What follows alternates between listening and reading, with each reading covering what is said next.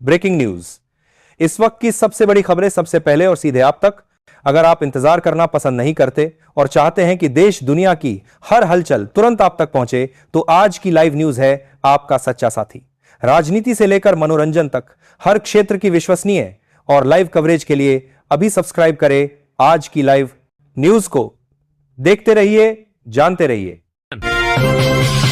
चुनाव आयोग ने पश्चिम बंगाल में 2026 विधानसभा चुनाव से पहले SIR प्रक्रिया के तहत ड्राफ्ट वोटर लिस्ट जारी की है, जिसमें करीब 58 लाख मतदाताओं के नाम हटा दिए गए हैं।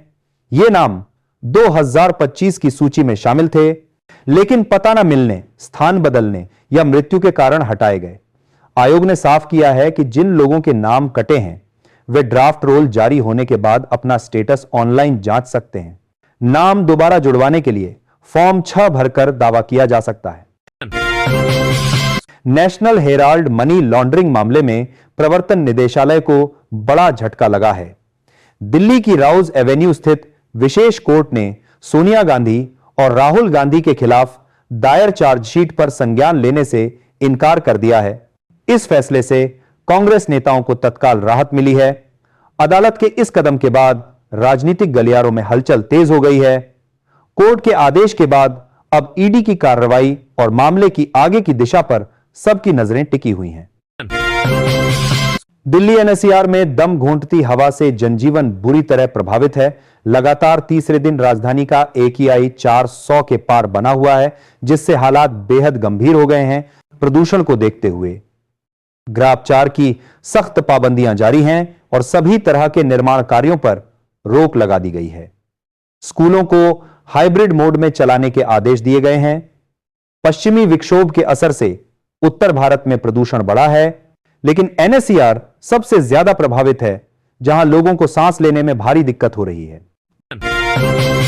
बिहार के मुख्यमंत्री नीतीश कुमार से जुड़े हिजाब खींचने के वायरल वीडियो पर सियासी घमासान तेज है। इस बीच सांसद पप्पू यादव नीतीश कुमार के बचाव में उतर आए हैं। उन्होंने कहा कि यह घटना बाप और बेटी के भाव जैसी है, इसे गलत नजर से नहीं देखा जाना चाहिए। पप्पू यादव के बयान के बाद मामला और चर्चा में आ गया है। विपक्ष जहां CM पर सवाल उठा रहा है, वहीं सत्ता पक्ष इसे बेवजह तूल देने का आरोप लगा रहा है।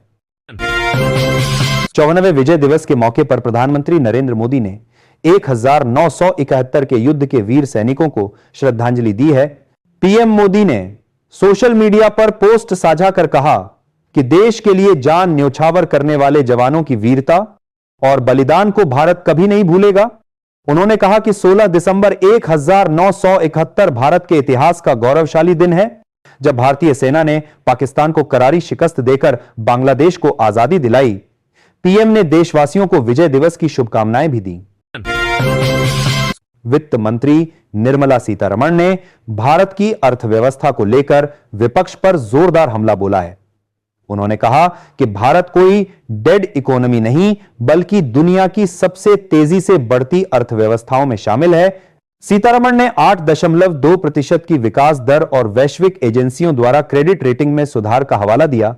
उन्होंने ट्रंप के बयान को खारिज करते हुए कहा कि अगर अर्थव्यवस्था मृत होती तो अंतरराष्ट्रीय रेटिंग में सुधार संभव ही नहीं होता। केंद्रीय मंत्री बंडी संजय कुमार ने कांग्रेस पर तीखा हमला करते हुए वोट चोरी के आरोपों को खारिज किया है।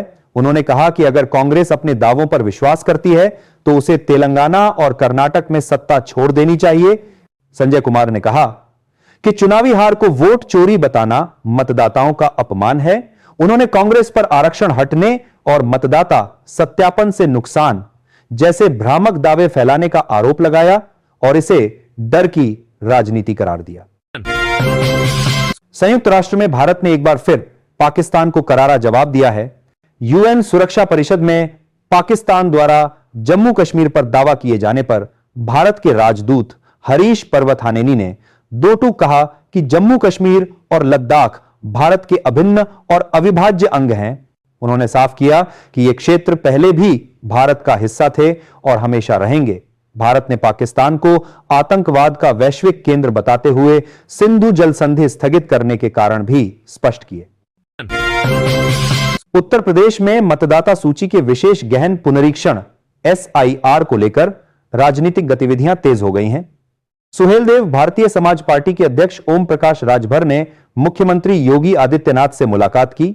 बैठक के दौरान सीएम योगी ने एनडीए के सभी सहयोगी दलों से SIR अभियान में सक्रिय भागीदारी करने का आग्रह किया। सरकार और भाजपा संगठन पहले से ही इस अभियान में जुटे हैं। उद्देश्य है कि मतदाता सूची पूरी तरह शुद्ध, पारदर्शी और त्रुटि रहित बनाई जा सके। विजय दिवस के अवसर पर उत्तराखंड के मुख्यमंत्री पुष्कर सिंह धामी ने देहरादून के गांधी पार्क स्थित युद्ध स्मारक पर पुष्प चक्र अर्पित कर बलिदानी सैनिकों को श्रद्धांजलि दी। उन्होंने शहीदों के साहस, शौर्य और सर्वोच्च बलिदान को नमन करते हुए कहा कि देश उनके योगदान को कभी नहीं भूलेगा। इस अवसर पर सैनिक कल्याण मंत्री गणेश जोशी, राजपुर रोड विधायक खजान दास, कैंट विधायक सविता कपूर और बड़ी संख्या में पूर्व सैनिक मौजूद रहे। गणेश जोशी ने कहा कि सैनिकों का सम्मान करना हर नागरिक का कर्तव्य है। पश्चिम बंगाल में मतदाता सूची के विशेष गहन पुनरीक्षण और आगामी विधानसभा चुनाव के बीच सियासी माहौल गर्मा गया है। भाजपा ने मुख्यमंत्री ममता बनर्जी पर तीखा हमला करते हुए उनकी तुलना हिटलर से की है। भाजपा की राज्य इकाई ने सोशल मीडिया प्लेटफॉर्म एक्स पर एक तस्वीर साझा की, जिसमें हिटलर और ममता बनर्जी का आधा आधा चेहरा जोड़कर तानाशाह घबरा गया है। लिखा गया है, इस पोस्ट के बाद राजनीतिक विवाद और तेज हो गया है। ईवीएम को लेकर विपक्ष के विरोध के बीच एनसीपी शरद चंद्र पवार की सांसद सुप्रिया सुले का बयान सियासी हलकों में चर्चा का विषय बन गया है। उन्होंने कहा कि वह खुद 4 बार ईवीएम से चुनाव जीत चुकी हैं। ऐसे में मशीन पर सवाल उठाना सही नहीं है। उनके इस बयान को पार्टी के